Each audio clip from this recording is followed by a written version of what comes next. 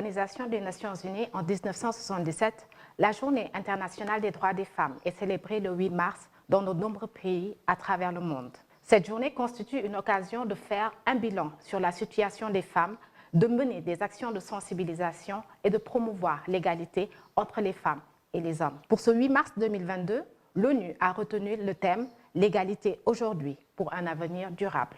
En Afrique, des progrès ont été réalisés en vue de combler les discriminations à l'encontre des femmes, mais ces dernières restent à la traîne par rapport aux hommes. En tant que moteur de développement du continent, comment la jeunesse africaine appréhende-t-elle cette problématique et surtout, quelle serait sa contribution pour la solutionner?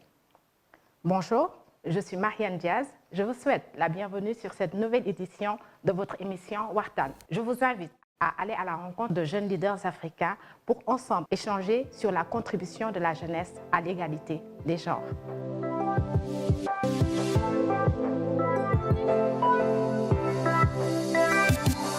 Comme je vous le disais tantôt, nous avons le plaisir de recevoir sur ce plateau 4 jeunes leaders qui nous viennent de 4 nations africaines. Elles et ils portent des initiatives à fort impact social dans le secteur public, privé, mais aussi dans la société civile. Tout de suite, sans plus tarder, je vous invite à la rencontre de Princesse Elisabeth Gaba, qui nous vient du Togo. Princesse, merci encore d'être là. Non, merci à toi pour l'invitation, Marianne. Alors, je m'appelle Princesse Elisabeth Gaba. Je suis blogueuse culinaire et restauratrice. Et je fais également partie d'un collectif de femmes qui s'appelle Force Assista et qui a pour objectif de promouvoir la sororité. La sororité, c'est la solidarité entre les femmes.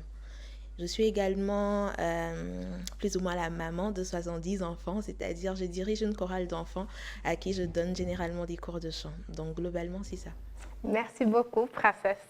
Alors, Khady Cissé, qui nous vient de la Côte d'Ivoire. Ok, merci beaucoup. Je suis Khady Cissé.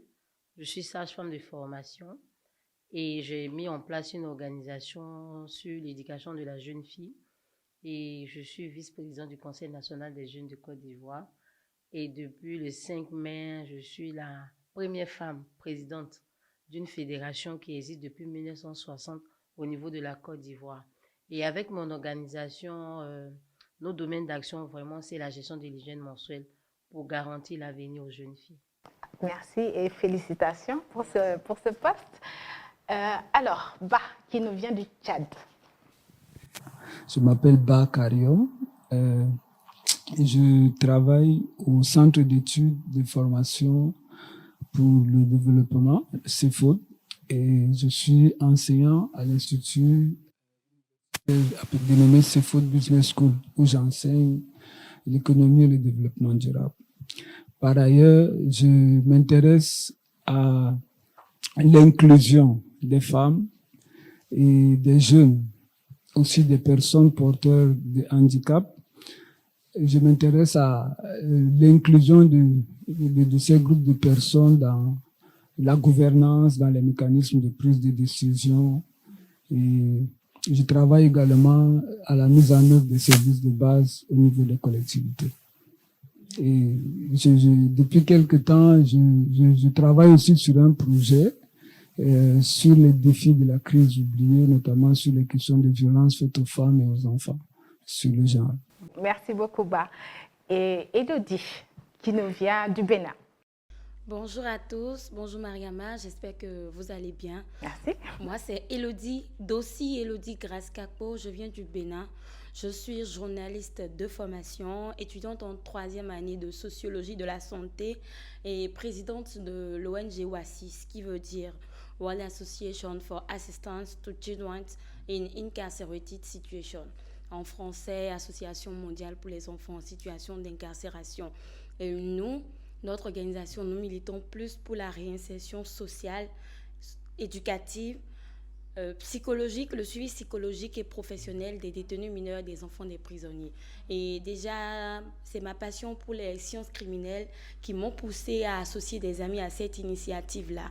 Et depuis le 13 septembre 2021, j'ai été élue coordonnatrice nationale de l'Association nationale des conseils d'enfants du Bénin. C'est un groupe organisé d'enfants qui met les enfants au cœur des instances de prise de décision au niveau local, communal, national, où les enfants vont dans des sommets dans notre pays et même à l'extérieur du pays pour aller représenter leur père, parler en leur nom. Et au Bénin, je peux être fière aujourd'hui parce que nous avons des enfants mères. Quand je dis mères, c'est des mères des communes, dans toutes nos 77 communes. Donc voilà. Dans 77 communes. Merci beaucoup, Élodie. Un projet très ambitieux et, comme je disais tantôt, à fort impact social. Alors, vous le savez bien, nous avons célébré la Journée internationale des droits des femmes. La question, c'est de savoir comment vous, personnellement, vous avez vécu cette journée. Honneur aux dames. Alors, en vrai, moi, tous les 8 mars, j'ai toujours le même problème. Et chaque année, ça se répète. Je garde foi qu'un jour, ça changera. Mais pour le moment, non. Parce que le 8 mars, ce n'est pas la fête de la femme. C'est la Journée internationale des droits des femmes. Et c'est totalement différent. Et tout ce qu'il y a comme folklore autour, des personnes qui vous offrent des pagnes, etc. On vous invite à tels événements festifs qui n'ont aucun impact concret à la cause dont il est question ce jour-là. Ça fait que finalement, je me perds un peu, je me dis, est-ce que cette journée a vraiment l'impact qu'elle devait avoir? Est-ce qu'au final, elle n'est pas, on ne la confond pas trop pour qu'elle tombe dans quelque chose de plus folklorique qu'autre chose? Et c'est exactement la même situation que j'ai vécue hier. Donc, je trouve que c'est dommage qu'une journée qui devrait plus servir à faire un bilan du temps passé et un projet d'avenir, c'est-à-dire qu'est-ce qu'on a déjà fait, qu'est-ce qui reste à faire, comment est-ce qu'on le fait. Je pense que ce sont ces genres de questions qu'on devrait se poser généralement les 8 mars et non penser à ce qu'on achète comme pagne, à ce qu'on mange, à quelle musique il faut jouer, etc. Parce que je pense que c'est de la distraction. Ça nous détourne du vrai problème qui est là, qui est concret et qui continue toujours d'exister. D'accord. Merci beaucoup. Merci, Princesse. C'est bien réfléchi. On tombe souvent sur justement le folklorique quand on va parler de la Journée internationale des droits des femmes. Et vous, Khady, comment vous l'avez vécu? Ok, moi je vais aller sur la même lignée que Élodie. Nous sommes dans un monde où il y a eu un problème et ce problème-là, c'était les violences basées aux femmes. Donc les femmes ont vu ça, ils ont réclamé leurs droits. Au début, c'était la journée de la femme. Les gens ont vu que c'était de l'amusement, il n'y avait pas des actions concrètes. Donc, ils ont ajouté le droit. Donc, la journée de la femme et des droits, célébration des droits des femmes. Quand vous regardez dans nos pays, on a l'impression que c'est une fête du 1er janvier, une fête du 31 décembre qu'on le fait. Moi, je veux que ça soit plus sincère, plus bénéfique pour ces femmes-là. Chaque 8 mars, nous devons adopter par exemple des lois, améliorer les conditions des femmes, améliorer les conditions des jeunes filles. Pour dire par exemple, moi je suis dans le domaine de l'hygiène menstruelle. On peut se dire le 8 mars, on a fait le point. Et à partir du 8 mars 2022, je prends mon pays, la Côte d'Ivoire ou le Sénégal décide d'offrir des serviettes menstruelles réutilisables aux jeunes filles, entre l'âge compris entre 12 et 24 ans. C'est une action concrète. On voit nos États sont plus en train de vendre les pagnes comme si c'était du commerce au fait. On n'a pas besoin de ça. Les pagnes, on les porte toujours. Le réel problème, c'est notre situation. Qu'est-ce que nous devons faire pour améliorer? On prend des modèles pour venir partager les expériences à d'autres personnes pour booster. Moi, j'encourage ces initiatives-là. Mais aller s'asseoir pour célébrer, non. On célèbre quoi? On célèbre nos acquis, nos joies. Moi, on n'a même pas d'acquis, on n'a pas de joie, mais on se retrouve pour célébrer quoi? Nous, cette nouvelle génération, on décrit cela. Nous avons des problèmes spécifiques.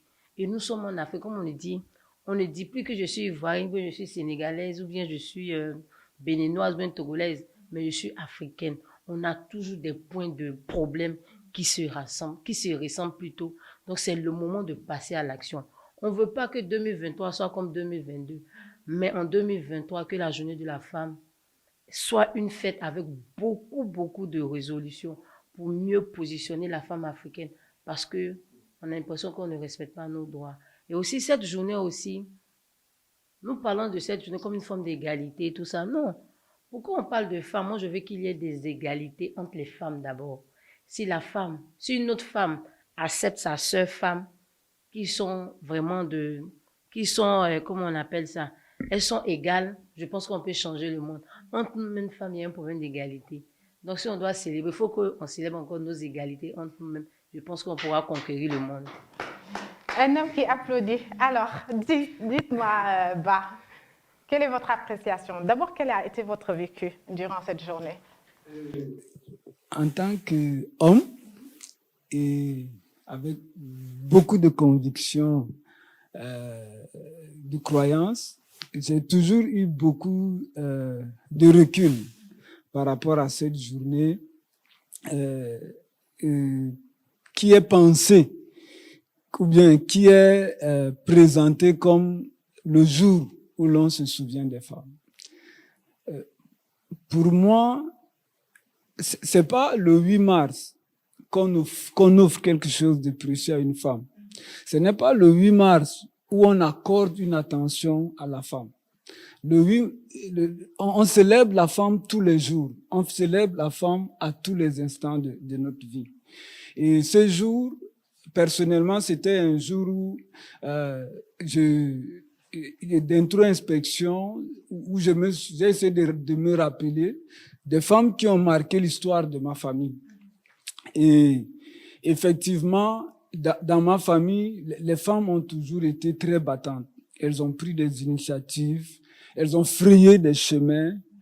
Et aujourd'hui, je peux dire aussi que si dans ma famille, il y a des gens qui ont réussi, c'est parce qu'il y a eu des femmes qui ont été courageuses, des femmes qui ont pu aller où les hommes se sont arrêtés, qui ont pu faire ce que les hommes ont manqué même peut-être la sagesse de faire, je peux le dire comme ça.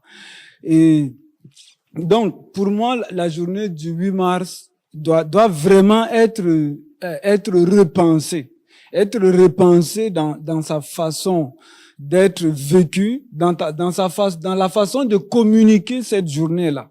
Et je pense aussi que nos autorités sont à contribution quelque part dans la mauvaise commémoration de cette journée, dans la promotion de l'aspect folklorique autour de cette journée.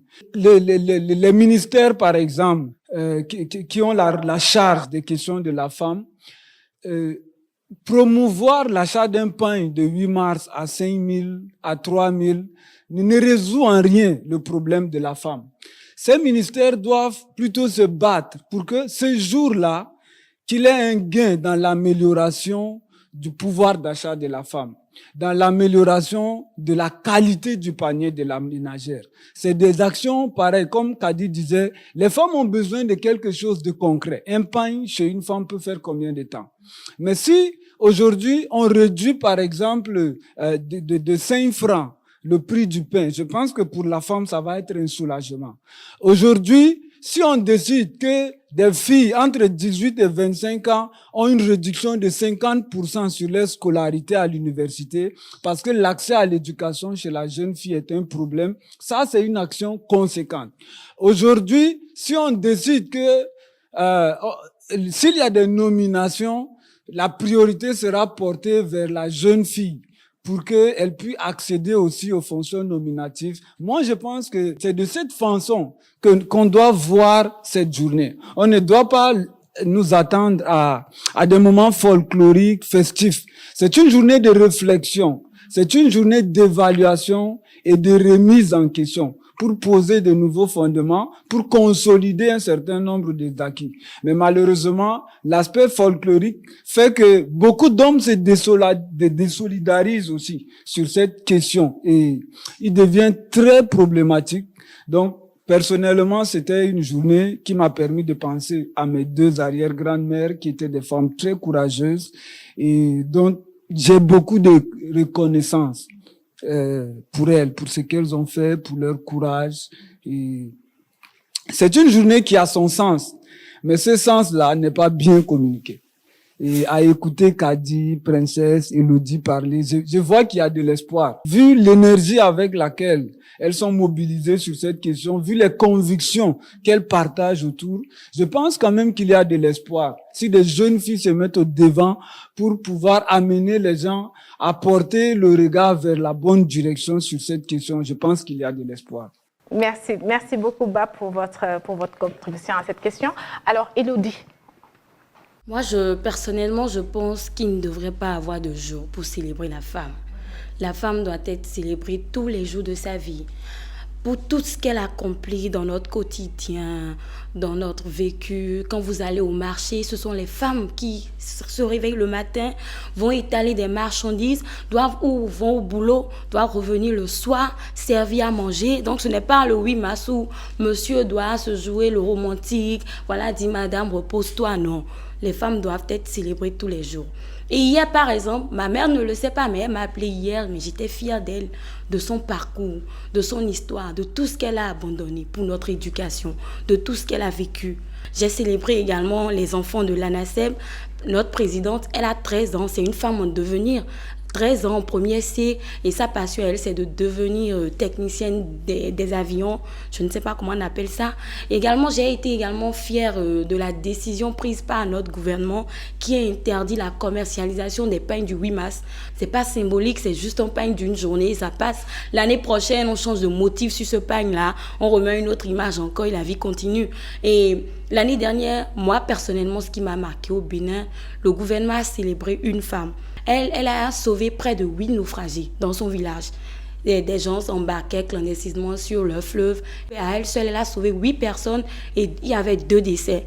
Donc, au niveau, le 8 mars, le gouvernement, à travers le ministère des Affaires sociales et de la microfinance, l'a célébré. Je veux que dans chaque pays de l'Afrique, parce que je ne suis pas béninoise, je suis citoyenne de l'Afrique, que dans chaque pays que nous prenons en exemple, une année, une femme que nous célébrons. Et au Bénin, par exemple, il y a déjà l'Institut national de la femme. Pourquoi? Hier, j'attendais à voir un communiqué ou quelque chose défiler pour voir que cet institut-là a initié, par exemple, le sommet de la femme, une journée de réflexion où on met les femmes au cœur des instances de prise de décision, où on fait le bilan, où on imagine un peu le monde, ce que sera notre monde avec les femmes au niveau des instances de prise de décision. Et moi, j'ai été, l'année dernière, toujours, je parle avec mes expériences, avec des partenaires. Nous avons eu à faire ça. Nous avons pris des enfants de notre association où il y a eu une journée, nous sommes allés au niveau des institutions où c'était l'enfant là qui a joué le rôle de cette personnalité-là en une journée. Vous ne pouvez pas imaginer quelle motivation, quel goût ça va donner à cet enfant-là de rêver plus grand demain, de devenir une femme libre, indépendante sur tous les plans. Parce que être femme aussi, c'est ça. Avoir des droits aussi, c'est savoir s'imposer dans les instances de prise de décision. C'est savoir s'affirmer, c'est savoir parler. Être femme également, c'est être dans les métiers d'hommes, dans les métiers de la mécanique, de l'électricité, le froid, le bâtiment. Donc pour moi, cette journée doit être réinventée à cette façon-là. Mettre en lumière une femme qui, dans un domaine donné, impacte. Et il ne faudrait pas qu'on attende forcément que Consumition a un prix Nobel de la paix ou quelque chose avant de célébrer les Rosa Parks. Non, non, non. Nous avons des Rosa Parks dans notre quotidien. Nous avons des Wangari dans notre pays. Il faudrait que toutes ces femmes-là soient mises en lumière, soient projetées et que le gouvernement accompagne cette femme-là pour qu'elle devienne la meilleure version d'elle. Merci beaucoup.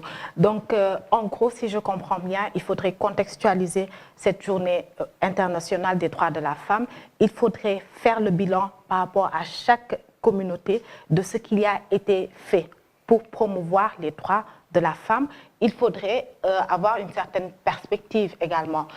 Où est-ce qu'on voit les femmes pour justement arriver, non seulement, elle le disait à Hadi, peut-être que je lui laisserai l'opportunité de creuser un peu plus par rapport à cette inégalité dont elle parlait entre les femmes.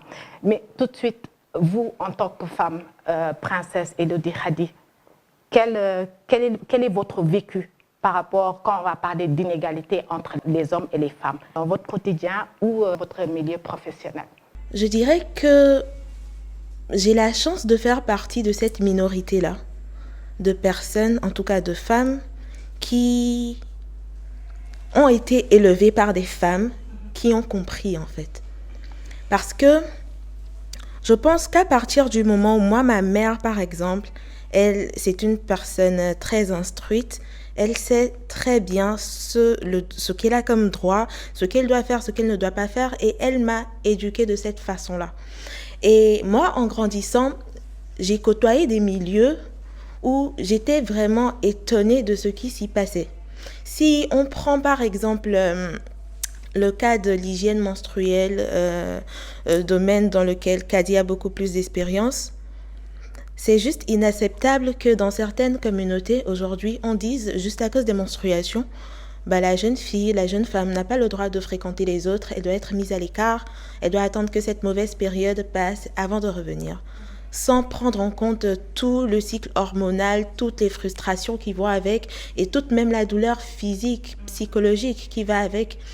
C'est vraiment dommage. C'est dommage que une femme ne se sente pas capable de postuler à tel ou à tel poste parce qu'elle va se dire non, juste parce que je suis une femme, on ne me prendra pas.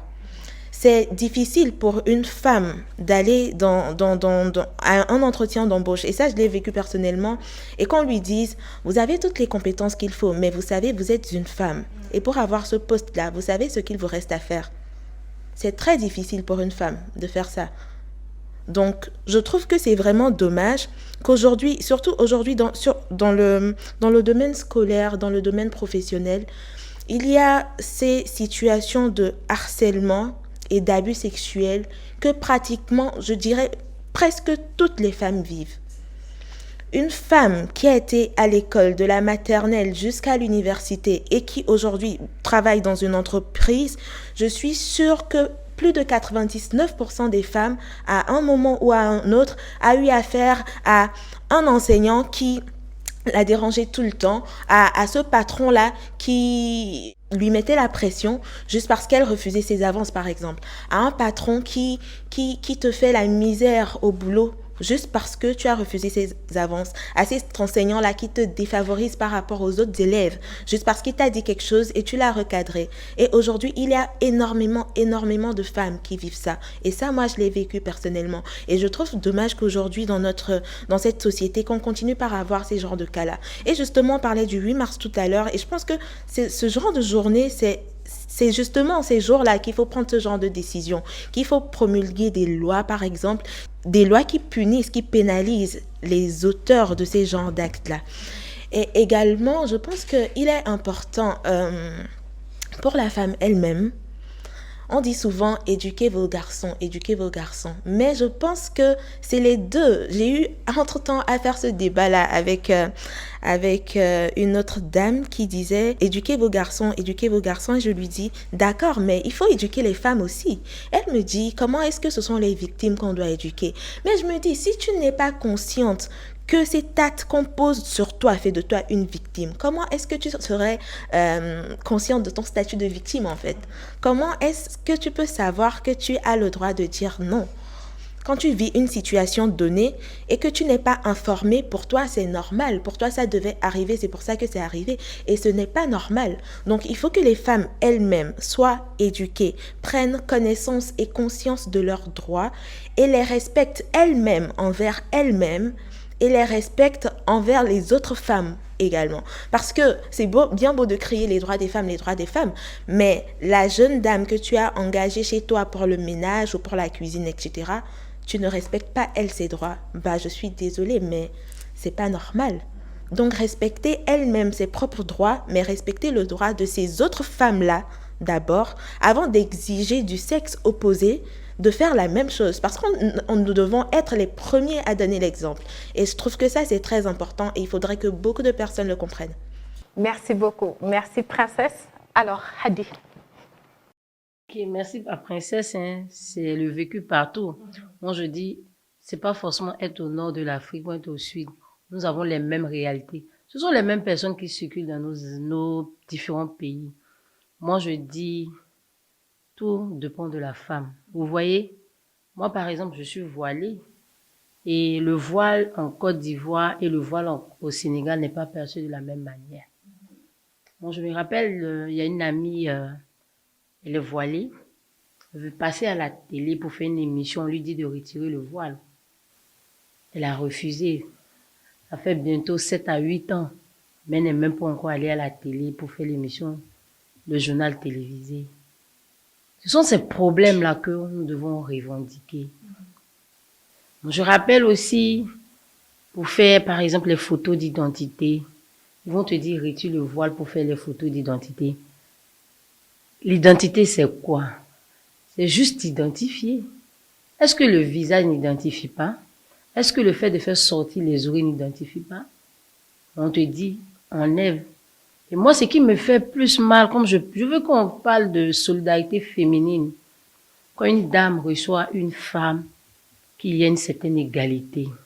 Faut pas que entre nous-mêmes, il y a l'esprit de rivalité où on se boude.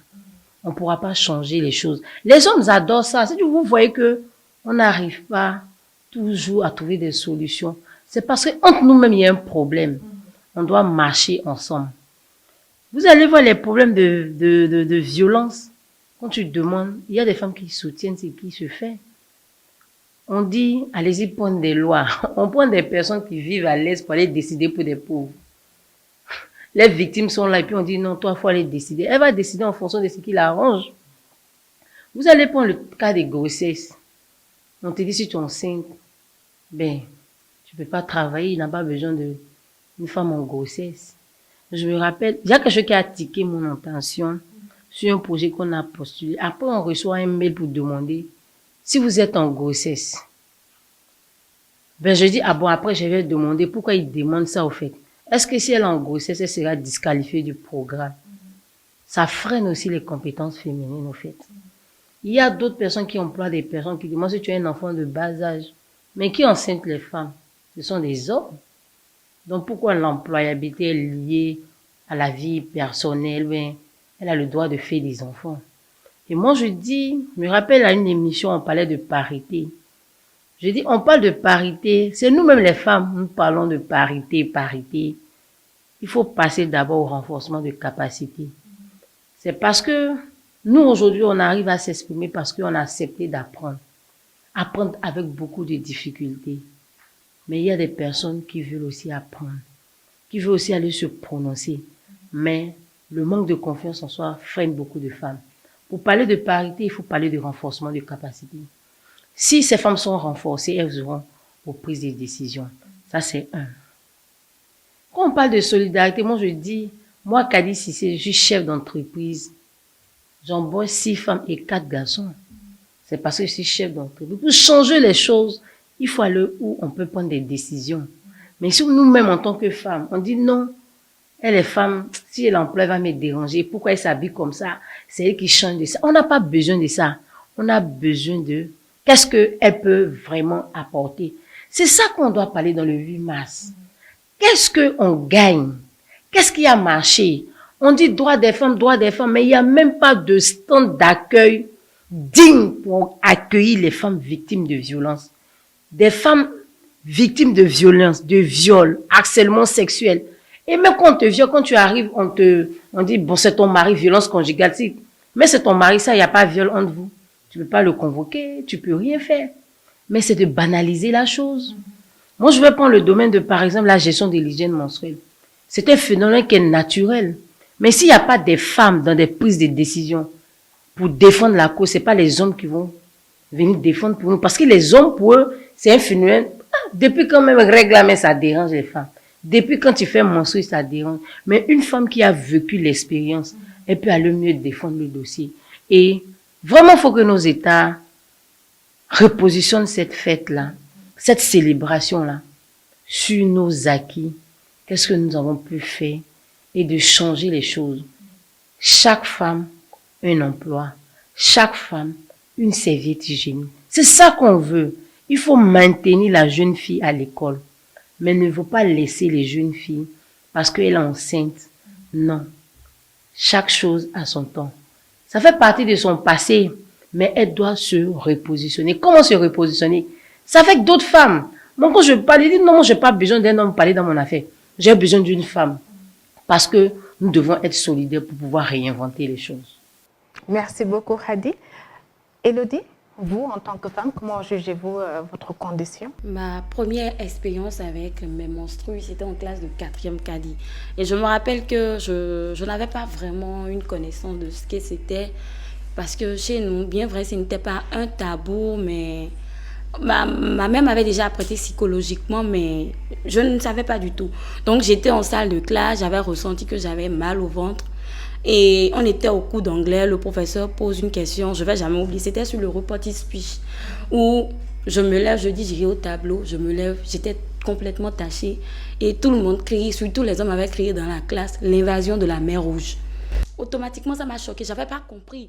Mais quand mon professeur m'a appelé, il m'a fait signe, ça m'a choquée. Le lendemain, quand je suis revenue, parce que c'était en cours de 19 heures, je suis revenue en salle, mais nous étions dans une position où quand on écrivait à un certain niveau sur les tableaux, il fallait se déplacer et tout. Mais le lendemain, personne n'est venu s'asseoir à côté de moi et tout le monde s'en moquait. Donc moi, personnellement, c'était une mauvaise expérience qui m'a marquée jusqu'aujourd'hui. Et quand on parle aujourd'hui de femmes dans les instances de prise de décision, moi, au niveau de notre association, les plus grands postes à pouvoir sont occupés par des femmes. Des femmes, quand vous prenez par exemple la secrétaire générale, c'est une femme. Elle a étudié la télécommunication, l'informatique et les systèmes réseau. Quand vous prenez notre trésorière également, c'est une femme. Notre directrice exécutive, puisque notre association, nous voulons plus élargir dans d'autres pays, elle est en année de master de relations internationales et politiques. Et pourquoi nous avons essayé de mettre ces femmes-là à ces postes-là? C'est parce que chacune d'elles avait une compétence donnée dans ce domaine. Et quand on parle de directrice exécutive et celle qui a étudié les relations politiques et internationales, c'est que quand l'organisation sera internationalisée, elle peut aller représenter le Bénin à l'étranger, trouver les mots qu'il faut, les astuces qu'il faut, les arguments qu'il faut pour amener un politicien ou un partenaire à investir dans ce projet d'avenir que nous portons là. Et également, nous misons plus sur l'égalité genre dans notre association d'enfants que nous dirigeons. Et c'est pour ça, quand vous prenez notre présidente que j'affectionne personnellement, c'est ma petite maman en fait. Malgré son jeune âge, quand j'ai des problèmes, je vais vers elle, je dis, écoute Shafika, j'ai tel souci, elle m'épaule. Je sens un soulagement. C'est le type de modèle de mère, de femme de demain que nous voulons. Et Shafika, en elle, aujourd'hui, quand vous voyez Shafika dans une instance de prise de décision, qu'elle vient, en moins de 2 minutes, Shafika peut savoir quel genre de personnalité elle a devant elle. Vous vous imaginez? Et elle sait automatiquement quel genre d'argument trouver pour vous convaincre à investir dans notre projet-là. Quand nous prenons par exemple des enfants comme Précita, qui est aujourd'hui ambassadrice mondiale au niveau des droits de santé, de reproduction sexuelle, mais c'est fascinant. À 16 ans, ambassadrice mondiale, elle est également en première C. Et des enfants qui rêvent comme ça, c'est ce genre de modèle d'avenir que nous voulons créer, que nous inventons pour l'avenir. Et nous misons plus sur les femmes. C'est de préparer cette génération-là, cette génération de femmes-là, cette catégorie qui seront des relèves demain, des femmes, des décideurs politiques, que ce soit au niveau des organisations internationales, des femmes journalistes présentatrices. Moi, j'admire beaucoup Connie Touré, par exemple, des femmes à pouvoir qui sont dans n'importe quel domaine, qui exercent. Et moi, on a l'habitude de me dire, ma passion, c'est les sciences criminelles. La première fois que j'en ai en parlé avec un ami, il s'en est moqué. Il m'a dit, écoute, ça, c'est pas un domaine de femmes. Et la criminologie, il n'y a pas de criminologue en tant que tel au Bénin, on n'en connaît généralement pas. Et je lui ai dit, donne-moi 10 ans. Je trouve les moyens et je serai la meilleure criminologue qui existe en Afrique. Je serai recherchée, je vais mettre mes compétences au niveau des enfants. Également, aller au niveau des organisations judiciaires de mon pays, aller au paquet, prendre le dossier d'un enfant, amener à la justice, juger cet enfant-là, faire tout, être de la partie de cet enfant-là, faire sortir cet enfant-là, le réinsérer dans la vie active, sociale et professionnelle. C'est ce modèle de réussite de femme que nous voulons et c'est ce que nous essayons de construire. Merci beaucoup. En tout cas, je vous sens très courageuse et très impliquée par rapport à cette question-là. Alors, on a parlé de violence basée sur le genre, harcèlement sexuel, harcèlement moral. Ça choque et comme elle a dit, ce sont surtout des garçons qui se sont le plus moqués d'elle et aujourd'hui, elle est marquée. Et il y a d'autres stigmates comme ça. En écoutant vos camarades, vous voyez combien ça peut être marquant, choquant, traumatisant de devoir passer par certaines phases dans la vie juste parce que nous sommes femmes. Quelle est votre appréciation? Ok, merci. J'ai vécu ça à l'école primaire. Peut-être, comme Kadi disait tout à l'heure, elles n'ont pas l'accès à l'hygiène, aux serviettes hygiéniques pour permettre de gérer cette période assez délicate. Et effectivement, quand c'est arrivé, pour la plupart des cas, ces filles se sont retrouvées dans un état d'humiliation, et parfois d'autres filles même aussi ont participé à ça. Et cela, c'est le cliché en fait de l'éducation dans nos communautés. Moi, je pense que si aujourd'hui chaque mère fait asseoir son garçon pour lui parler de ces problèmes-là, ça réduirait l'attitude que toute personne peut avoir sur cette question-là. Les hommes ont beaucoup de considération pour leur mère. Peu importe la dureté de cœur qu'un homme peut avoir face à sa mère, un homme se plie. Un homme a de la considération. Et quand une mère parle, son enfant écoute. Et il croit à ce qu'il dit. Si aujourd'hui, Élodie partage son expérience avec son fils, je pense qu'il peut devenir quelqu'un qui peut contribuer à renverser, à déconstruire tous ces stigmates, toutes ces pesanteurs qui aujourd'hui réduisent l'épanouissement de la femme. Pour chuter dans ma communauté, j'ai vu des femmes élues qui, dans des réunions avec d'autres autorités, on les a injurées dessus, on a porté main dessus, et que malheureusement, aucune partie publique ne s'est levée pour réprimer ça. Alors que nous avons été c'est une première fois pour nous, chez nous, d'avoir des élections locales. Et si une femme a eu le courage d'accéder au poste de maire, c'est un acquis. Et il faudrait protéger et encourager cela. Mais si elle doit être humiliée dans une rencontre par une autre autorité comme elle, et que rien n'est fait par les plus hautes autorités, vous voyez tout le défi qu'il y a aujourd'hui autour de cette question. Même des institutions, des femmes, que ce soit celles qui sont internationales représentées dans le pays ou celles qui sont nationales, aucune voix ne s'est levée pour s'indigner. Aucune voix ne s'est levée pour prendre position contre ça. On dit quand on ne fait rien pour l'injustice, qu'on y participe. Voilà, donc cette réalité-là, ça se vit. Tout ce que je peux dire, il y a de l'espoir. Et cet espoir-là ne peut être entretenu que par les femmes. Parce que la liberté, ça s'arrache. Et si les femmes cessent d'en parler, si les femmes cessent de remettre certaines questions sur la table, je pense que c'est pas les hommes qui vont venir parler de ça, prendre des décisions pour améliorer. Mais le plus difficile chez moi, c'est la femme rurale. Aujourd'hui, la femme rurale, je dirais, n'a aucun droit. En tout cas, chez moi, la femme rurale, c'est encore plus pénible. La condition de la femme n'a pas avancé, elle ne s'est pas améliorée. Et ça, je pense que ça doit interpeller, ça doit amener à une réflexion. Ça doit remettre en question certaines volontés pour que nous puissions construire un monde un peu plus meilleur pour nous tous. En tout cas, merci à chacune et à chacun de vous pour vos contributions à cette question sensible. Quand je dis sensible, parce que vous avez chacune de vous relevé un point personnel, même intime, par rapport à la violence, la discrimination dont vous avez été victime à un moment de votre vie. Ce sont des questions cruciales et je suis tout à fait d'accord avec vous lorsque vous disiez que la journée du 8 mars devrait permettre de faire le bilan. Et c'est justement ça, c'est de faire le bilan de la condition féminine, d'avancer sur les droits des femmes par rapport aux hommes. Ce droit des femmes par rapport aux hommes doit d'abord commencer par l'information et la formation. L'une de vous tantôt le disait, il faut être informé pour savoir sa position de victime. Il faut être informé pour connaître ses droits. Donc par rapport à cela également, il y a d'autres mécanismes à activer Et je pense que par rapport à la journée du 8 mars, on a l'ONU Femmes qui a lancé un appel alors, pour réclamer des réformes politiques et sociales qui placent l'égalité des sexes et la durabilité au centre même du progrès.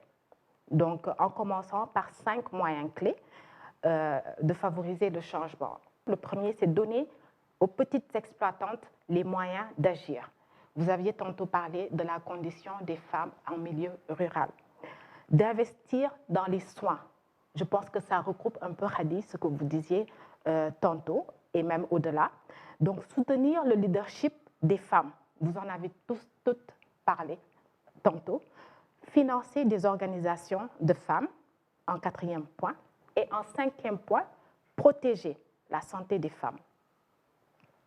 Donc, par rapport à ces différents points-là, moi, je voudrais savoir, selon vous, suivant votre environnement respectif, quels sont les leviers à activer pour tendre à l'égalité genre. Est-ce que par rapport à ces 5 points, vous pensez que oui, dans votre environnement, ce point-là est fondamental et prime sur les autres points par rapport à la condition des femmes en ce moment? Ok, je pense que ces éléments sont essentiels en termes de renforcement du leadership de la femme. Il y a aussi des cadres réglementaires, des cadres législatifs dans nos pays, parfois, qui ne soutiennent pas les efforts de la femme. Et à ce niveau, quelque chose doit être fait. On doit accompagner les jeunes filles, on doit accompagner les femmes, on doit les préparer pour qu'ils puissent se positionner, que ce soit pour des fonctions nominatives, que ce soit pour des fonctions électives. Pour ça, il faut réellement créer un environnement. Si on a vraiment la bonne volonté de soutenir le leadership féminin, il faut revoir un certain nombre d'institutions, il faut revoir un certain cadre réglementaire, un certain cadre législatif, notamment par rapport au code électoral, par rapport au recrutement, par rapport aux nominations et tout ça. Et ça pourrait renforcer le leadership féminin. En milieu rural, par exemple, aujourd'hui, il y a la question d'inclusion financière des femmes rurales. C'est vrai que dans certains pays, avec les mobile money, il y a un début d'inclusion de la femme, d'inclusion financière. Mais aujourd'hui, de façon générale, les femmes n'ont pas accès aux mécanismes de financement. Et du coup, elles ne peuvent pas accéder à des moyens pour financer leurs initiatives. Et parfois même, lorsqu'il y a des mécanismes qui sont mis en place, il y a encore un besoin de protection, un besoin d'encadrement de ces mécanismes-là pour que les maris ne puissent pas s'accaparer de tout ça et laisser les femmes dans les conditions de départ. À ce niveau, je pense qu'il y a aussi beaucoup d'efforts à fournir. Il y a aussi dans nos mécanismes même de prise de décision. Aujourd'hui, dans beaucoup d'instances de prise de décision, les femmes ne sont pas incluses. Parfois, elles peuvent être intégrées, mais elles ne sont pas écoutées. Elles ne sont pas considérées. On doit renforcer les capacités même de nos administrateurs, qu'ils soient ministres, qu'ils soient directeurs, qu'ils soient élus. Il faut qu'on les forme sur ces enjeux-là. Parce que après que tout le monde, à la base, puisse faire des efforts, souvent le dernier mot leur revient. Et quand eux, ils ne comprennent pas les enjeux autour de cette question-là, on ne peut pas évoluer. Donc, à un moment, il faut que le politique lui-même, là, on puisse renforcer ses capacités sur ces questions pour que ça ne se limite pas à des cérémonies, à des discours qu'on écrit, qu'ils viennent lire, mais qu'on les fasse asseoir, qu'il y ait des échanges à un moment avec des facilitateurs et aussi avec des personnalités féminines pour échanger sur les rapports qu'une femme qui a une position de prise de décision, elle puisse échanger avec d'autres hommes en position de prise de décision sur les difficultés qu'il y a et que l'on puisse mener des actions pour lever, améliorer ces conditions-là, moi, je pense que ça nous permettrait d'avancer sur cette question. Effectivement, la question, donc, de l'égalité aujourd'hui est au centre de ce monde durable que nous voulons. Merci beaucoup. Merci. Alors, Élodie, quels seront les leviers à activer de manière urgente pour justement accéder à l'égalité des genres? Moi, personnellement, je vais prendre d'abord le point leadership. Vous avez parlé du leadership féminin. Il faudrait que déjà, que dans chaque pays, que les gouvernants essaient de revoir dans quelle mesure, je vais revenir sur ça, faire la promotion des femmes. Mettez les femmes au même niveau que les hommes, dans les mêmes conditions. Que la femme ne soit plus marginalisée, que la femme ne soit plus soit autour des stéréotypes où on dise que voilà, son rôle c'est la cuisine, c'est un foyer et l'homme doit aller à l'école. Mettez également les femmes à l'école, encouragez-les, donnez-leur des messages forts, montrez-leur d'autres modèles de réussite et je vous assure que déjà dès le bas âge, quand vous commencez à motiver votre enfant, je vous donne 10 ans ou 15 ans, même si votre enfant n'entrait pas un domaine donné, mais votre enfant la fera votre fierté. Parce que l'enfant aura tellement de modèles de réussite qu'il voit quotidiennement. Soyons également les modèles de réussite de nos enfants. Et que chaque jour, quand nos enfants ou nos maris se lèvent, qu'ils se disent « je suis fier d'avoir épousé telle personne ». Ou que nos enfants à l'école disent « moi, mon modèle de réussite, c'est ma mère ». Ça vous fascine. Ça vous fascine, vous vous dites, mais qu'est-ce que j'ai pu faire de mon existence pour être un modèle pour mon enfant? Et votre enfant là, a l'obligation de mieux réussir que vous. Donc également encourager des organisations dirigées par les femmes et pour les femmes. Parce qu'il y a au Bénin maintenant assez d'organisations qui vont dans ce sens-là, qui parlent des droits des femmes, de l'égalité des femmes. Mais si toutes ces organisations pourraient se regrouper et créer par exemple un forum d'organisation de défense des droits des femmes et le gouvernement attribue les financements à cette organisation-là qui mettent des actions en synergie, par exemple pour la scolarisation ou des projets de leadership à l'université, encourager les femmes dans les domaines d'hommes, surtout les domaines d'hommes, je reviens sur ça, parce que les femmes sont souvent marginalisées dans ces domaines. Encourager également nos sœurs, être un modèle de réussite pour nos sœurs. Toutes les femmes, nous sommes des sœurs. Nous sommes toutes, il y a cette sororité dont elle parle là. Encourager chaque femme que nous croisons, chaque regard que nous croisons lui dit voilà, tu as faussé à tel niveau, mais tu mérites mieux. Et moi, c'est ce que je fais par exemple quand je vais dans des maisons d'arrêt où j'ai l'occasion de discuter avec certaines femmes ou filles détenues. Elles me disent, tata, voilà, je lui dis non, être ici n'est pas la fin du monde. Mais en étant ici, c'est que tu mets ta vie en pause, tu réfléchis de ce que tu vas faire de ta vie, réfléchis à ce que tu vas devenir plus tard, réfléchis à cette meilleure version de toi. Nous avons tous droit à l'erreur. Et l'incarcération, de la liberté à l'incarcération, il n'y a qu'un seul pas. Et du jour au lendemain, nous pouvons tous être dans cette situation de vulnérabilité-là. Mais l'essentiel, c'est de se dire, voilà, j'ai trébuché quelque part, mais je me suis relevée encore plus forte, je me suis relevée. Et c'est également de ça parle mon ouvrage. Je suis en train d'écrire un ouvrage actuellement que j'ai nommé Le destin dans l'ombre, qui raconte l'histoire d'une jeune fille qui a été violée par son beau-père. Et quand elle a vu son beau-père en train de maltraiter, de bastonner sa mère, en voulant revendiquer, elle va chercher un couteau, mais par le feu du hasard, elle poignarde sa mère. À l'âge de 15 ans, elle va en audience, on la condamne à 15 ans d'emprisonnement ferme. Vous imaginez, 15 ans, elle perd 15 ans de sa vie en détention. Mais en détention, elle a pu quand même se relever, se battre, aller passer les différents examens, le BPC, le bac, militer, recevoir les cours. Et au même niveau qu'elle finissait son incarcération, elle obtient un diplôme en droit pénal où maintenant son domaine, c'est qu'elle s'occupe de ces genres de femmes qui sont dans les mêmes situations-là. Donc, c'est ce monde que moi, j'aurais aimé que nous réinventions, que les femmes soient elles-mêmes des acteurs du changement, qu'il ne faudrait pas que nous arrêtions de nous plaindre chaque jour de notre situation. Quand vous prenez un homme et une femme, les femmes se plaignent généralement plus. Voilà, aujourd'hui, mon mari ne m'a pas donné de l'argent, papa n'a pas fait ci. Non, non, non, soyons ces modèles-là pour vos hommes. Surprenons-les parfois. Et quand ils reviennent, qu'ils se disent, voilà, je n'aurais pas trouvé mieux. Donc, c'est juste que moi, j'ai...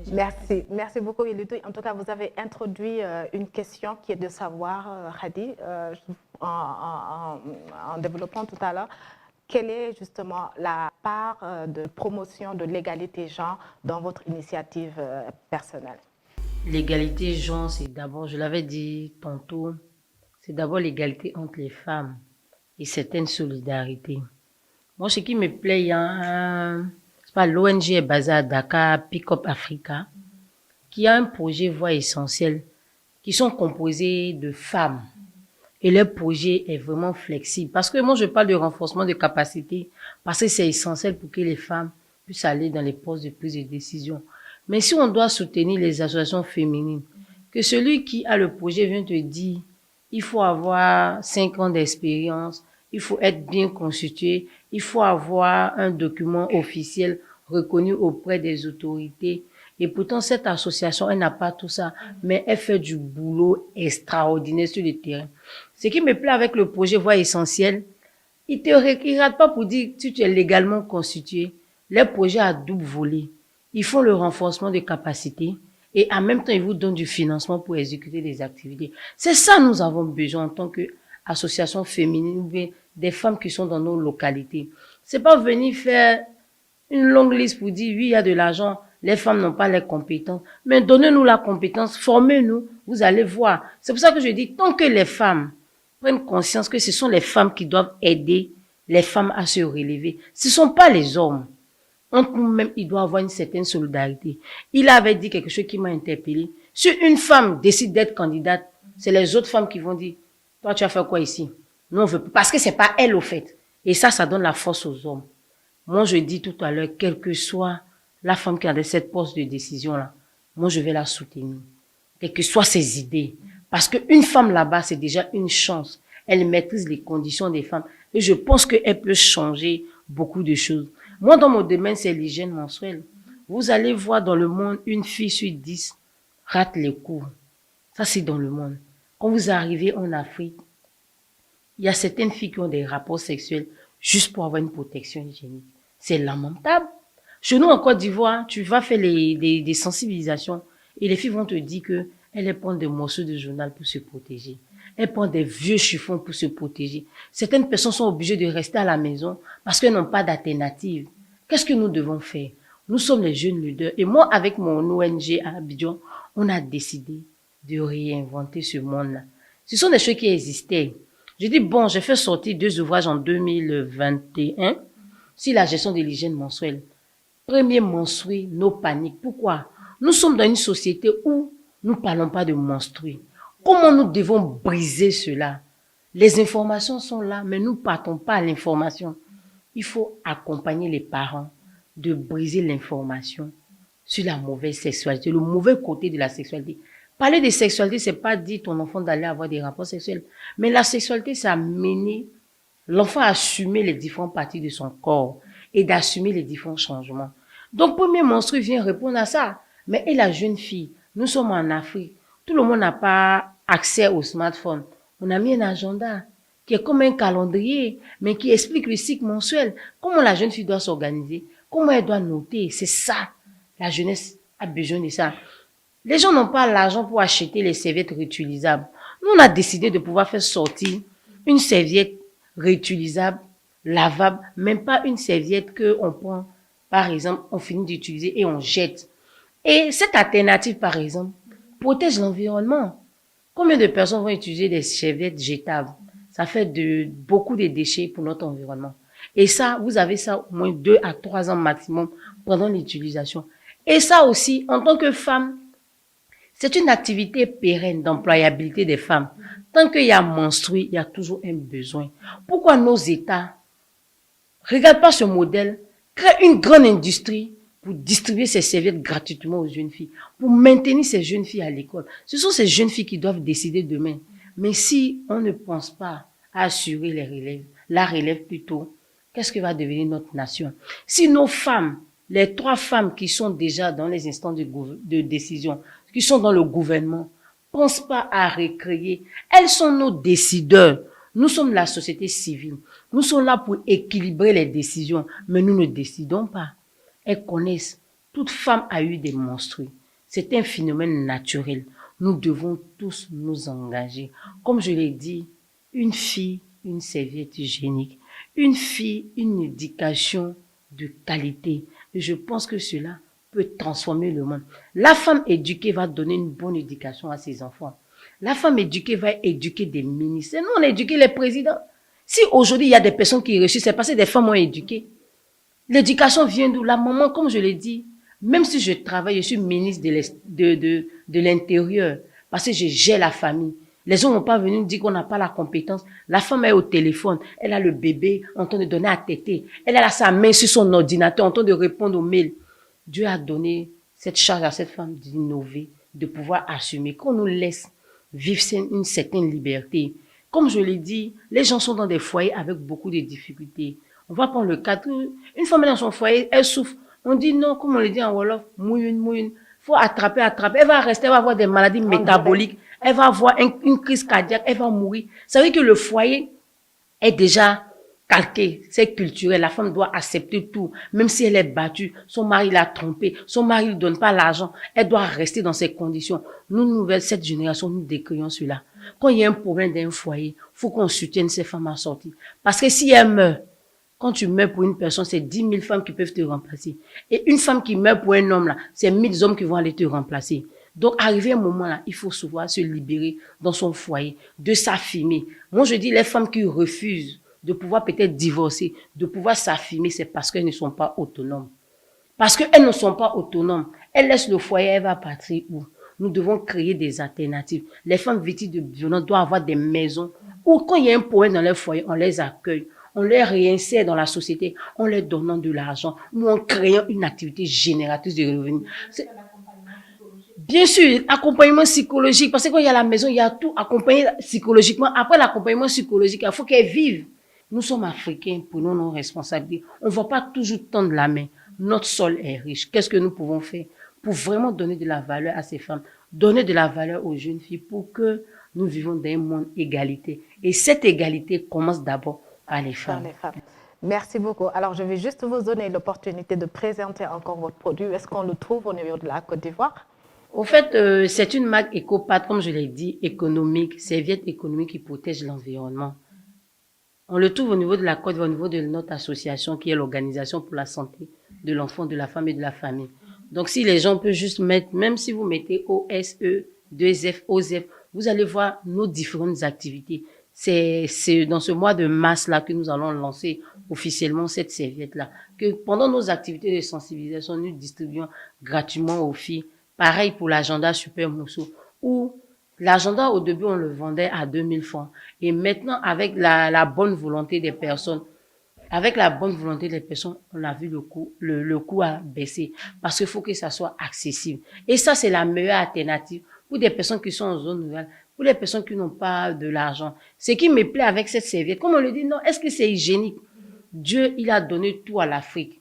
Il suffit de laver et de mettre au soleil. Le soleil, il est bactéricide. Il va tuer les germes, elle finit, elle plie comme un petit biscuit, elle gâte et chaque mois, elle va l'utiliser. Et c'est ça on a besoin pour maintenir la jeune fille. Comment on dit on doit partir à l'école? Un phénomène naturel peut empêcher une fille d'aller à l'école et ça, c'est pas normal. Qu'est-ce que nous devons faire? Trouver des alternatives, sensibiliser les filles, parler des sexualités parce que ça aussi peut amener la réduction des grossesses en milieu scolaire. L'agenda Super Moussou, informer la jeune fille pour que cette fille prenne conscience que elle, sa priorité, ce sont ses études. La sexualité, ça peut attendre. Mais il y a un moment pour cela. Il faut que nous donnons l'information à ces filles-là. Et je pense que si ces filles sont informées, ces filles de 2020, où nous sommes une nouvelle génération de leaders, de femmes dans notre communauté, nous allons vraiment faire vibrer l'Afrique avec un souffle où il y aura des femmes dans chaque nation présidente qui vont encore plus booster et décider pour ces jeunes filles-là. Merci beaucoup pour cet appel. Princesse. Je me souviens plus exactement des tests, mais dans mon pays, par exemple, quand un inconnu viole une dame et quand un mari viole sa femme, il y a des lois qui pénalisent les deux. Mais ces lois-là sont hiérarchisées, dans le sens où le mari qui viole sa femme a moins de pénalités que la dame qui se fait agresser et violer dans la rue, par exemple. Comme si le simple... ce ne sera pas les chiffres exacts, mais supposons qu'une femme se fait violer par un inconnu dans la rue, par exemple. Si celui-là, il est condamné, il pourrait peut-être avoir 5 ans de prison et payer 5 millions de francs CFA, par exemple. Le mari qui va violer sa femme fera 6 mois de prison avec peut-être 200 000 francs, 300 000 francs, 500 000 francs comme amende. Comme si le fait d'être marié à cette femme-là lui donnait le droit, ou du moins un peu plus, voilà, le droit de poser ce genre d'acte-là avec la femme avec laquelle il a ce contrat. Et je trouve que c'est aberrant qu'aujourd'hui, dans nos pays, on ait encore des textes comme ça. Récemment, il y a une femme qui me racontait qu'elle a une amie. Elle voulait louer un local pour ses activités. Et elle y est allée avec sa mère, je pense. Elle a discuté avec le propriétaire du local. Et le propriétaire lui disait en fait que est-ce que c'est elle qui va payer? Elle a dit oui, c'est moi qui paie, c'est mon activité. Il lui dit non, de venir avec son mari. Elle dit je ne suis pas mariée, c'est mon activité, c'est moi qui gère. Il dit non, qu'il faudrait qu'elle vienne au moins avec un homme. Parce que pour lui, c'est juste inconcevable qu'une femme ait les moyens de se payer ce genre de local-là. Et je trouve que dans le meilleur des mondes, ce genre de comportement devait être pénalisé, dans le sens où cette femme devrait avoir le droit de porter plainte contre cet homme et d'avoir réparation, parce que c'est pas du tout normal. De la même façon, en cas de viol, le service public ne poursuit pas l'agresseur parce que la famille ou la jeune fille n'a pas le courage de porter plainte. C'est-à-dire que c'est constaté, l'autre il avoue, mais simplement parce que la victime n'a pas ce courage-là de porter officiellement plainte, le service public trouve que c'est normal de lâcher un individu comme ça dans la nature, simplement parce que l'autre n'a pas porté plainte. Mais quand il y a un meurtre, par exemple, le service public, normalement, poursuit. C'est pas le mort qui porte plainte contre son meurtrier, quoi. Et je trouve que on ne peut pas avancer dans des sociétés comme ça, où même les textes qui sont censés nous protéger sont contre nous, où même les autorités qui sont censées assurer la santé et la sécurité de la population est ce genre de comportement. Elle le disait tout à l'heure, une femme qui va se présenter et qui se plaint d'avoir été agressée sexuellement. Tu étais habillée comment? Tu allais faire quoi là-bas? Pourquoi est-ce que tu n'es pas partie? Etc, etc, etc. La notion du consentement exigerait que, même si un homme et une femme se mettent d'accord pour avoir des rapports sexuels et qu'au dernier moment, la femme dit non, enfin je ne vais même pas dire la femme parce que je pense qu'il faudrait aller au-delà de la notion du genre et rester sur la notion d'humain, que ce soit l'un ou que ce soit l'autre qui disent non, quel que soit le niveau auquel on est arrivé pour l'acte, c'est un non, il n'y a pas de consentement. Donc tout ce qui suivrait ce non-là serait passible de pénalité, normalement. Mais aujourd'hui, c'est pas comme ça. Et c'est dommage qu'on ait à vivre dans des sociétés comme ça. C'est dommage que les textes, les lois qui sont censées être en faveur de la population ne puissent pas nous garantir cette sécurité-là. Et je pense qu'il y a un vrai travail qui devrait être fait à ce niveau. Ne serait-ce que consacrer peut-être une unité entière, parce que ce sont des cas qui ne sont même pas rares en fait. Ce sont des cas qui ne sont pas rares du tout. Donc je pense que même dans chaque département de police, en fait, il devrait avoir un cadre aménagé spécialement pour les femmes qui voudraient se plaindre d'agression sexuelle, d'harcèlement sexuel, et où ces femmes-là savent qu'elles seront bien accueillies. Parce que déjà, la plupart ont peur et n'iront pas. Parce qu'elles savent que si elles y vont, elles seront accueillies de telle ou de telle façon. Elles se disent, ce n'est même pas la peine. Et ce n'est pas normal de vivre dans une société comme ça. Ce genre de société ne garantit pas la sécurité et on ne peut pas se sentir bien dans ce genre de société. Donc je pense que pour parvenir vraiment à cet état d'égalité-là, il faudrait vraiment prendre le temps de s'appesantir sur ces genres de cas précisément. Je pense que c'est un sujet tellement vaste, il y a tellement de travail à faire qu'il y a il n'y a que de cas. On pourrait en parler pendant des heures, parce qu'il y a tellement de cas. Et il faudrait vraiment qu'on prenne le temps dans chaque secteur d'activité, que ce soit la santé, la politique, etc., etc. Aujourd'hui, on dit la place de la femme, c'est à la cuisine. Quand on parle de femme, on relie directement la femme à son rôle de mère, à son rôle de femme au foyer, à son rôle de cuisinière à la maison, etc., etc. L'égalité voudrait que la femme puisse décider en fait de ce qu'elle veut faire de sa vie à partir du moment où ça n'empiète pas sur la vie des autres, mais qu'elle décide pour elle-même. Et c'est dommage que même ces activités-là qu'on suppose être des activités pour femmes. Moi, par exemple, je suis dans le domaine de la restauration, mais aujourd'hui, il y a beaucoup plus de chefs hommes que de chefs femmes. Alors que plus de 80% des femmes aujourd'hui cuisinent pratiquement tous les jours à la maison. Et on associe directement la cuisine à la femme. Mais elle n'a pas cette aubaine-là pour pouvoir s'affirmer en tant que telle et faire de grandes choses de cette activité-là qu'on banalise quand il s'agit d'elle. Ce n'est pas normal en fait. Donc je vais m'arrêter là. Merci beaucoup, Princesse. Malheureusement, nous sommes rattrapés par le temps. On va juste prendre 1 minute par personne pour lancer un appel par rapport à cette thématique-là. Pour vous, qu'est-ce qui urge aujourd'hui et quel est l'appel que vous devrez lancer? Kadi. Pour moi, c'est d'abord l'esprit de solidarité, d'abord entre femmes, avant d'attendre quelque chose des hommes. C'est d'abord aussi de pouvoir garantir la scolarisation de la jeune fille, de pouvoir la maintenir jusqu'au cycle période, jusqu'à ce que la fille dit vraiment, moi, je me repose parce que j'ai fait l'école, ça va, je travaille. Pour moi aussi, c'est de ne pas concentrer toutes nos activités dans nos villes. C'est d'aller aussi à l'intérieur de nos pays en zone rurale. Il y a un besoin là-bas. Le besoin des femmes en zone rurale est différent du besoin des femmes qui sont dans la capitale. C'est pas pareil. Il faut qu'on les associe dans nos prises de décision. Il faut que nous acceptons que oui, nous sommes africains, nous avons nos cultures, mais il y a la réalité du terrain. Il y a la culture où on parlait des menstrues, qui est un sujet tabou, mais les menstrues ne doivent plus être un sujet tabou comme la sexualité. Il faut parler de ça à son enfant. Il faut que nos décideurs aussi pensent aussi à la population, pensent aussi aux réalités pour prendre des décisions rapidement.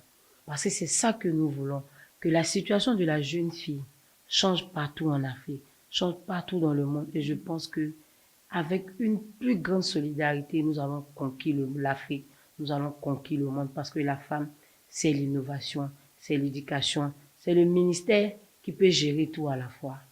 Merci beaucoup, Kadi. Bah?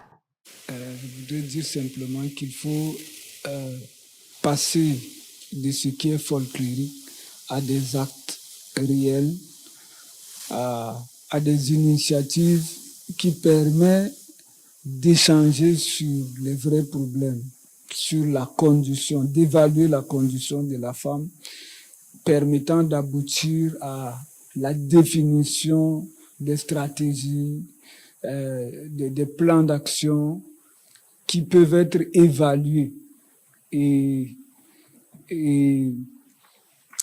contribuer à améliorer la condition de la femme. L'urgence aujourd'hui, c'est de créer un environnement assez inclusif pour la femme. L'inclusion de la femme aujourd'hui ne se limite pas à dire que si on veut faire un recrutement, il y a 4 personnes, on met 2 femmes. Si on met 2 femmes dans une équipe, il faudrait qu'on puisse pouvoir leur permettre de s'exprimer. On puisse leur donner l'occasion d'apporter leur contribution. Moi, je pense aussi qu'il faut évoluer vers des actions stratégiques, vers des actions structurelles qu'on peut évaluer et qui sont pérennes et qui peuvent être regardées comme des acquis pour la femme. Sinon, les projets, les actions ponctuelles, ça fait déjà beaucoup de décennies qui sont là et malheureusement, nous ne voyons pas assez d'avancées. Donc, il faut des actions structurelles, des actions axées inclusives qui doivent être protégées et encadrées par des textes qui peuvent être évalués avec les femmes. Merci. Merci beaucoup. Princesse? Alors, moi, principalement, je lancerai un appel à toutes les femmes. Vous savez, chez nous, à Forza Sista, c'est quoi? C'est, en gros, je suis la gardienne de ma sœur. Et ça va bien au-delà du cadre de notre collectif, en fait. Je pense que Forza Sista peut être vraiment dans chaque maison, dans chaque entreprise. Et il faut comprendre que aider ma sœur à atteindre la meilleure version d'elle-même, le plus haut niveau de son potentiel, ne diminue en rien le mien. Il faut que nous puissions prouver aux gens que cette idée reçue que des femmes ensemble ne peuvent rien construire de bon, des femmes ensemble, c'est toujours des problèmes, des femmes ensemble, c'est toujours parler pour ne finalement rien dire de concret. Il faut pouvoir casser ces stéréotypes-là et que des femmes se mettent ensemble pour se pousser mutuellement. Qu'est-ce que je fais qui pourrait aider l'autre? Qu'est-ce que l'autre fait qui pourrait m'aider? Et ensemble, comme ça, travailler sur des projets pour ramener d'autres femmes, d'autres jeunes filles à adhérer à cette vision aussi, en fait. Parce qu'il ne suffit pas de rester dans son petit confort. Parce que c'est très facile pour des gens comme nous, par exemple, qui avons relativement réussi à s'imposer d'une certaine manière dans nos différentes communautés, de rester dans ce petit confort-là comme ça et d'ignorer tout ce qui se passe autour. C'est très facile de faire ça. C'est généralement ce qu'elle dénonçait en parlant des femmes qui arrivent à un niveau et qui oublient toutes les autres. Il faudrait aller au-delà de ça et de savoir que le niveau où je suis, c'est pour aider ma sœur à arriver, voire même à dépasser celui-là. Et si toutes les femmes pouvaient avoir cet esprit de solidarité-là, franchement, on arriverait à franchir beaucoup de barrières. Et on atteindrait cette égalité-là qu'on réclame tant. Merci beaucoup. Merci, Princesse. Alors, Élodie. Hier, nous avons mené un débat où on disait... Quand une femme ne fait que des filles, c'est qu'elle ne porte pas de garçon dans son ventre. Quand une femme est riche, elle a sa maison, elle a son véhicule, elle fait fuir tous les hommes. Quand une femme est indépendante ou quand elle s'habille, automatiquement la société lui porte un regard. Je voudrais dire à toutes les femmes aujourd'hui, qu'elles soient battues, qu'elles aient subi des violences psychologiques, morales, vous n'êtes pas seules. Nous sommes tous avec vous, nous vous soutenons. Il faudrait qu'on arrête qu'on brise aujourd'hui les stéréotypes, qu'on dise aux femmes qu'elles ont du potentiel, qu'elles ont de l'avenir. Et moi, personnellement, c'est ce que j'essaie de dire avec mes enfants de l'Association nationale des conseils d'enfants du Bénin. Et les enfants, là, aujourd'hui, comprennent, malgré leur jeune âge, parce que nous les prenons, nous les coachons à partir de 9 ans, comprennent déjà que malgré leur jeune âge, elles ont un potentiel à développer. Elles sont l'avenir de toute une nation, l'avenir de tout un pays, l'avenir du monde entier. Donc, mettons les femmes dans les instances de prise de décision où il faut. Ne disons pas juste parce qu'aujourd'hui, nous faisons la promotion de la femme. Donc, quand la femme vient, on la met là. Non. Mettons juste les femmes qu'il faut dans les instances de prise de décision qu'il faut et laissez-les éclore et vous verrez que nous, les femmes, nous avons du potentiel. Nous avons quelque chose de plus à rajouter. Et également à toutes les femmes, à toutes les sœurs qui vont à l'école et qui traversent des difficultés. Soyez confiantes, ayez foi en vous. Nous aussi, nous avons pris par tous les fils de Batuzanem, ou je ne sais pas ce qu'on dit, avant d'être là où nous sommes. Donc vous êtes meilleurs, nous sommes avec vous, nous vous aimons. Et l'égalité, ce n'est pas seulement aujourd'hui. L'égalité, c'était hier, l'égalité, c'est aujourd'hui, l'égalité, c'est demain. Donc c'est à nous-mêmes de militer pour cette égalité-là, pour cette inclusion-là, pour que les hommes nous accompagnent.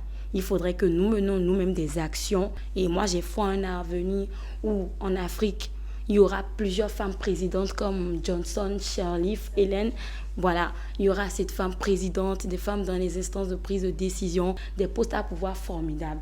Donc moi, je rêve d'un monde où les stéréotypes sont brisés, où les femmes développent leur potentiel et vont de l'avant, elles ont le pouvoir. Merci beaucoup. Nous sommes malheureusement rattrapés par le temps. Vous avez entendu le point de vue de nos jeunes invités qui sont des leaders dans leurs communautés respectives. Et je pense qu'ils ont fait montre de tout ce qu'ils ont en termes d'ambition, mais également d'action concrète pour contribuer à cette thématique de l'égalité des genres. Je voudrais juste interpeller Madame Chokozil Rouzvitzo qui nous invite en disant « La réduction des écarts entre les sexes n'est pas un jeu à somme nulle, mais un cheminement vers un avenir où tout le monde est gagnant. L'égalité des genres est une question d'efficacité économique et de compétitivité qui conduit à l'obtention d'autres résultats clés en matière de développement. » Merci beaucoup. Ainsi se termine notre émission du jour et je vous souhaite de passer de très bons moments sur votre chaîne Synapse TV.